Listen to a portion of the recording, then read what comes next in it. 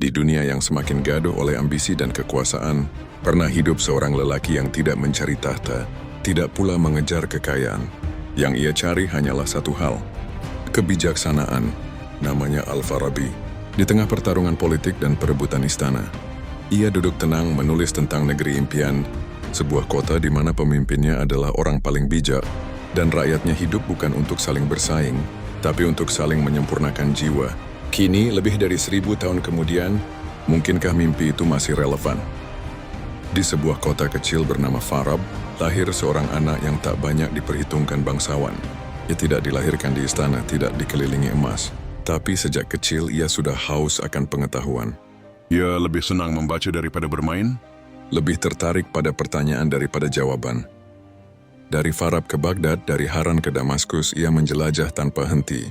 Ia belajar logika dari Aristotle, musik dari Yunani, dan akhlak dari Islam. Ia bukan sekadar murid, tapi penggabung dunia timur dan barat.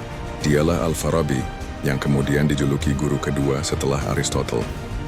Di ruang sederhana, Al-Farabi menulis karyanya Ara-Ahl, Al-Madinah Al-Fadilah, pandangan penduduk kota utama. Bukan dongeng, tapi peta tentang peradaban agung. Negeri yang dipimpin oleh orang paling bijak, bukan paling kaya. Negara ideal menurut Al-Farabi dipimpin oleh seorang filsuf raja, seorang yang tak hanya paham hukum tapi paham hakikat kebaikan. Ia tidak mencintai kekuasaan tapi mencintai keadilan.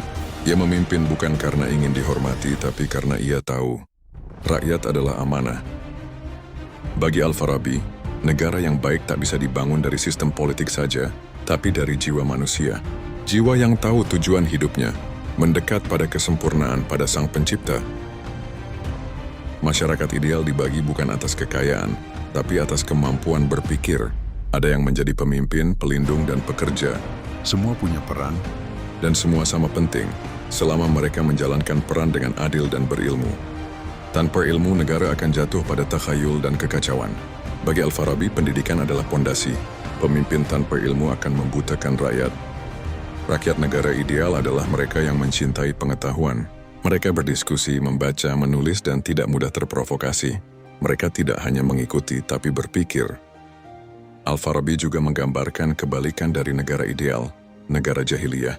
Negara ini dipimpin oleh orang rakus, rakyatnya mudah dihasut, dan kebenaran dikalahkan oleh kekuasaan. Di negara semacam ini, filsuf dibungkam, ilmu dipersekusi, orang-orang takut berkata jujur, dan pemimpin haus akan pujian. Inilah kondisi yang sedang kita hadapi. Bahkan hari ini, 1000 tahun setelah Al-Farabi wafat, dunia berubah drastis. Namun korupsi, ketidakadilan, dan kebodohan tetap hidup. Negeri impian terasa seperti dongeng. Namun di tengah kekacauan selalu ada cahaya. Ada guru yang jujur, pemimpin yang adil, dan rakyat yang haus ilmu. Negeri ideal bukan harus sempurna, tapi terus diperjuangkan. Al-Farabi mengajarkan, negara mulia tidak dimulai dari kekuasaan, tapi dari diri sendiri.